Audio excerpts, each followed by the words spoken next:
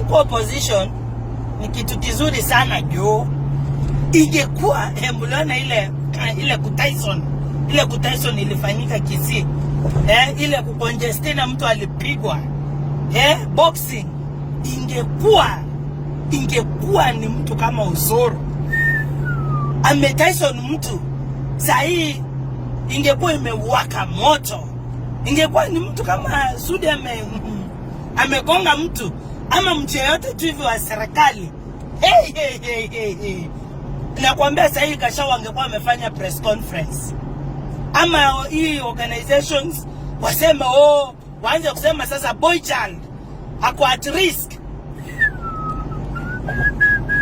Ama jenzi wangekuwa wamefanya maandamano. Mimi ndio nakwambia. Ingekuwa imetulia hivi imetulia. Uzuri wa kuwa opposition kumetulia. Unaweza fikiria jamaa alipea mwingine zawadi. Alimzawadi. Hiyo press conference wangekuwa wanasema president ametuma watu wa Kenya Kwanza ama wenye wako tutam wachape raia.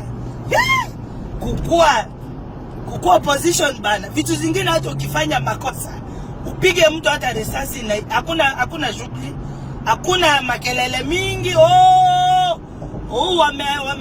Wamefanya hii kuja ukue serikali my friend. Kwa opposition sasa ndio maana kumetulia. Hakuna kelele, hiyo ishaisha.